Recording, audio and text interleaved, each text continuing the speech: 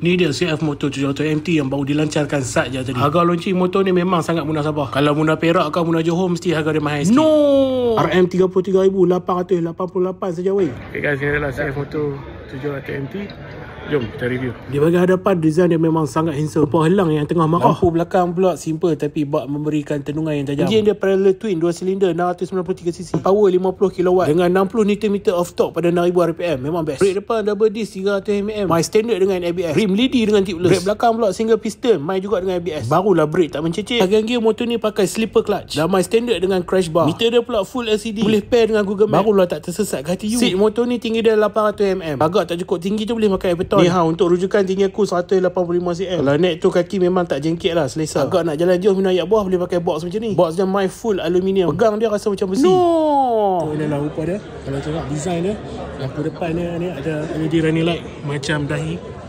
Jadi design dia memang nampak fresh lah. Dengan big bahagian depan dia ni. Okay, cun.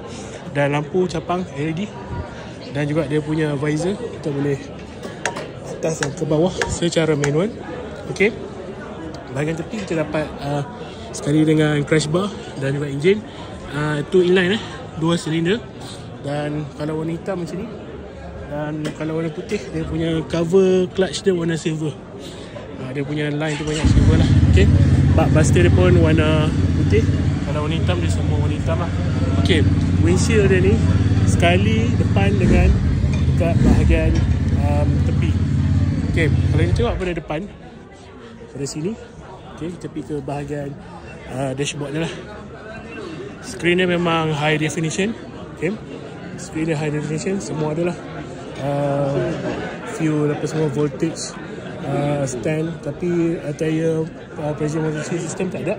Okay, ini dia punya starter. Okay, starter dia.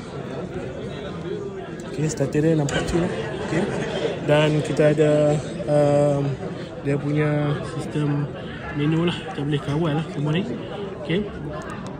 Kat sini kita ada heat warmer. Okay, grip warmer. Okay, grip warmer. Dan juga fuel tank. Kunci masih lagi kunci yang manual. Okay. Seat dia pun boleh tahan lembut. Okay. Dekat bahagian tepi ni kita tengok dia punya side stand dia ada jenis yang besi dan kita boleh cabut benda ni. Okay. Fairly nampak kemas lah dia punya apa guard, crash guard semua ni. Okay. Belakang dia ni dia pakai rim jenis LED depan dan belakang. Dan juga brake dia pakai ABS 2 channel. Okay. Kat bahagian belakang ni lampu dia. Design dia memang nampak cun. Cuma button ni saya tak pasti untuk apa. Okay. So jom kita tengok bila kita duduk. Okay. Tinggi aku 185cm. Kaki boleh full lah. Okay.